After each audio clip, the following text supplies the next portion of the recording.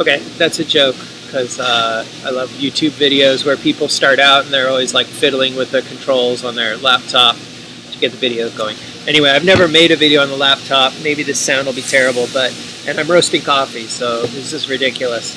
But I'm going to do a quick little brewing test with some of the 1 cup paper filters, which what I found out was that we've got the Kantan drip, which we should have here at Sweet Maria soon. There's actually the exact same brewer available. It's absolutely identical. Same material. Not that there's anything to say about that, but it's obviously just a private label situation, and you can get it in a different filter. So I thought a different material. So I thought I'd just see if there was any difference. And then I was just going to try a typical 1-hole dripper, which I always think has great results. Pretty much a no-brainer with my severely chipped Hario V60 and the new version of the Kone filter, which has a much finer screen. I didn't love the original Kone because it let too much sediment in, but we'll see how this one goes. And I'm going to use 1 coffee Rwanda Vunga Cooperative. So let's see what the results are. Okay, so first things first, I am going to do a Kantan drip versus Kantan drip clone.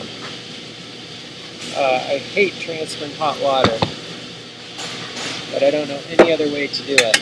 I've got everything preheated, and let's start a timer. So I really have no idea what the difference between these two is going to be.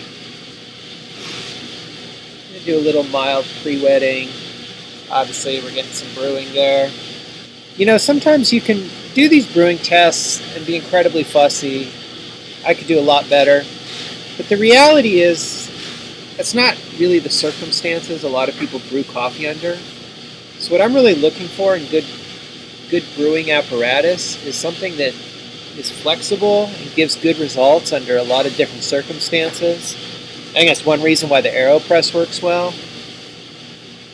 And certainly a little portable brewer like this is going to be used with water that's not quite hot enough, without the advantage of a gram scale, weighing out your heated water, because cold water and hot water have different volumes, so you have to brew by weight.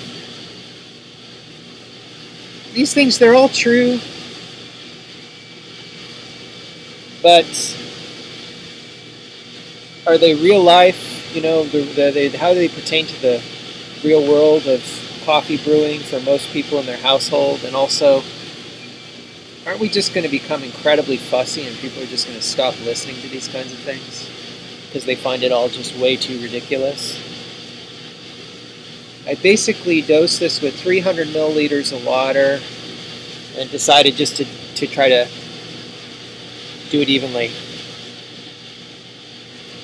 Distribute it evenly, since they are essentially the same brewer.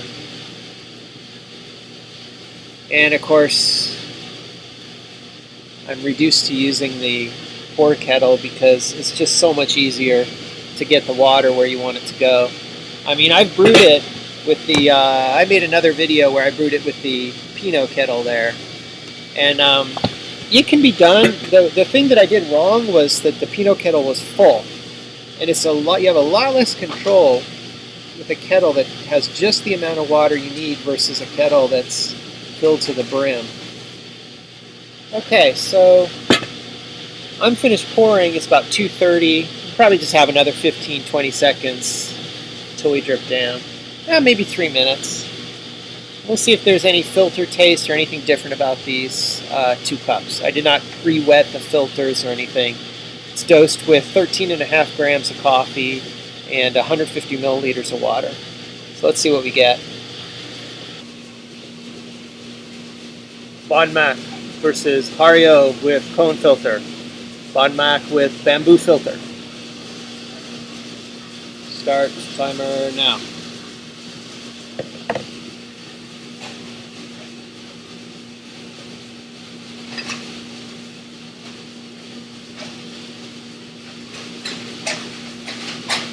The ratio is 23 grams of coffee to 250 ml of water. I'm doing a little phony pre-wetting, and we'll start pouring.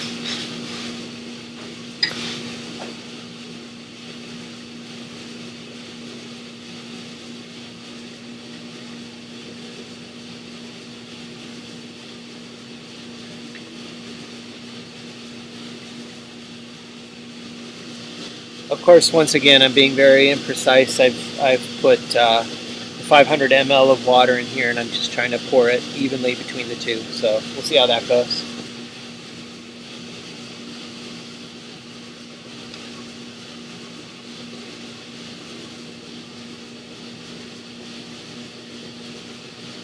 I have a very precise pouring technique. What I try to do is get the hot water out of the tip of the Hario Bueno into this circular area where the coffee is, so they can mix together.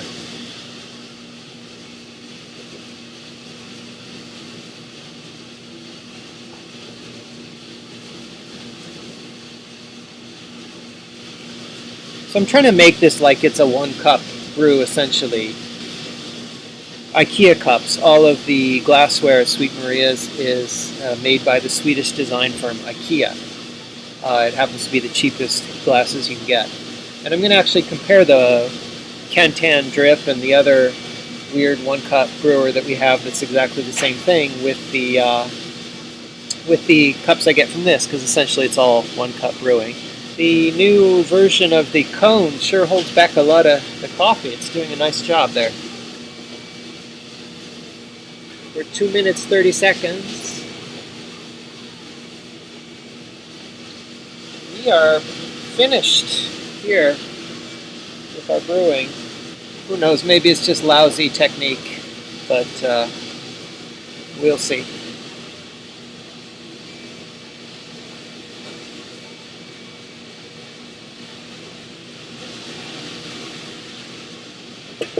The grind is Malkonig grind, because it's made by a Malkonig coffee grinder. That's from Europe, so you know it's got that European coffee ground flavor. And all our coffee is hand scooped too, not scooped by machine, scooped by hands. So we're at 335, and we're still dripping real slow in the cone. It's definitely different than their previous model. I don't know what the difference is in the hole size, in millimeters or microns or whatever they're measuring at.